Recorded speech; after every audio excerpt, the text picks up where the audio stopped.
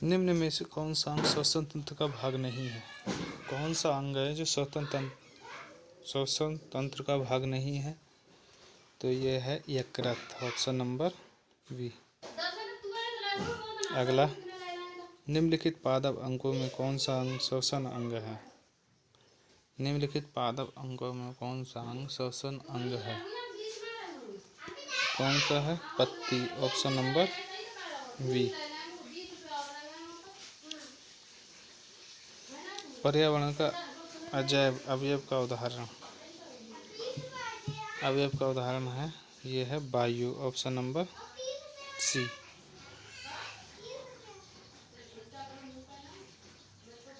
निम्न में कौन सा कथन एकमात्र सही है?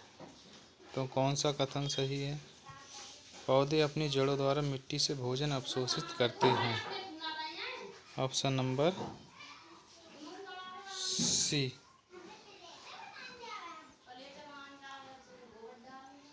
प्रकाश संश्लेषण किसमें होता है? प्रकाश संश्लेषण किसमें होता है? तो ये होता है पेड़ों की पत्तियों में, ऑप्शन नंबर डी। हरे पौधों को कुल कितने पोषक तत्वों की आवश्यकता होती है? हरे पौधों को कितने पोषक तत्वों की आवश्यकता होती है? तो ये होती है 17, ऑप्शन नंबर बी।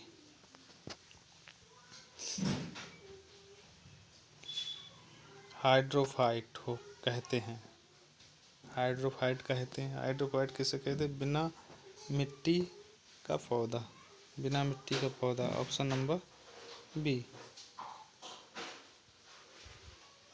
एपीफाइट वे पौधे हैं जो दूसरे पौधों पर आश्रित हैं।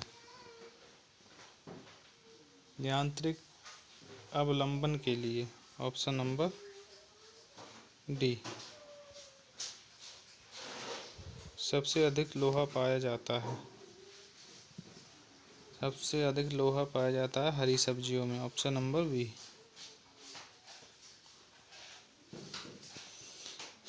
निम्नलिखित में से कौन से हमारे भोजन में लौह तत्व का प्रमुख स्रोत है?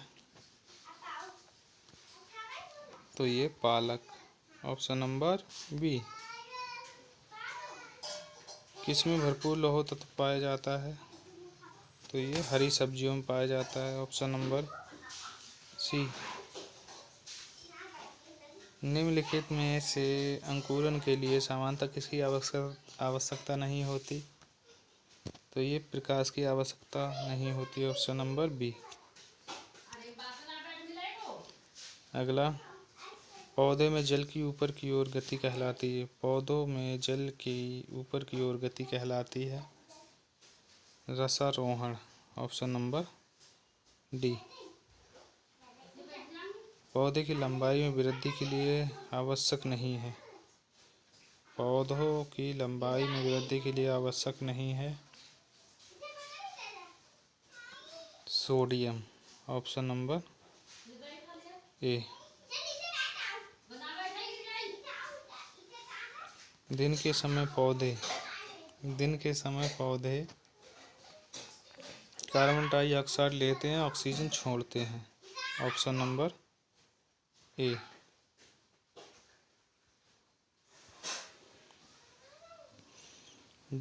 सभी सजीव पदार्थ अपने श्वसन के लिए ऑक्सीजन का उपभोग करते हैं। पौधे द्वारा किस समय ऑक्सीजन की पुनः पूर्ति की जाती है? तो दिन के समय, ऑप्शन नंबर डी। रात के समय पेड़ के नीचे सोना उचित नहीं, क्योंकि पेड़ छोड़ता है कार्बन डाइऑक्साइड, ऑप्शन नंबर, और दिन में ऑक्सीजन छोड़ते हैं, ठीक है। अगला, पौधे उत्सर्जित करते हैं, पौधे उत्सर्जित रात में कार्बन डाइऑक्साइड और दिन में ऑक्सीजन, ऑप्शन नंबर बी। तालाब को कहा जा सकता है एक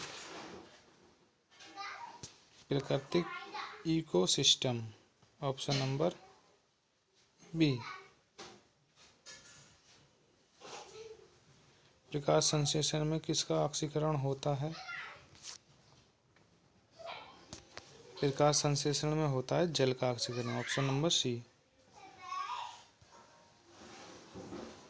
प्रकाश संश्लेषण के दौरान प्रकाश ऊर्जा रूपांतरित होती है, जो होती है रासायनिक ऊर्जा में। Option number B. दोस्तों आज की क्लास यहीं समाप्त होती है। मिलते हैं अगले चैप्टर में, तब तक के लिए धन्यवाद।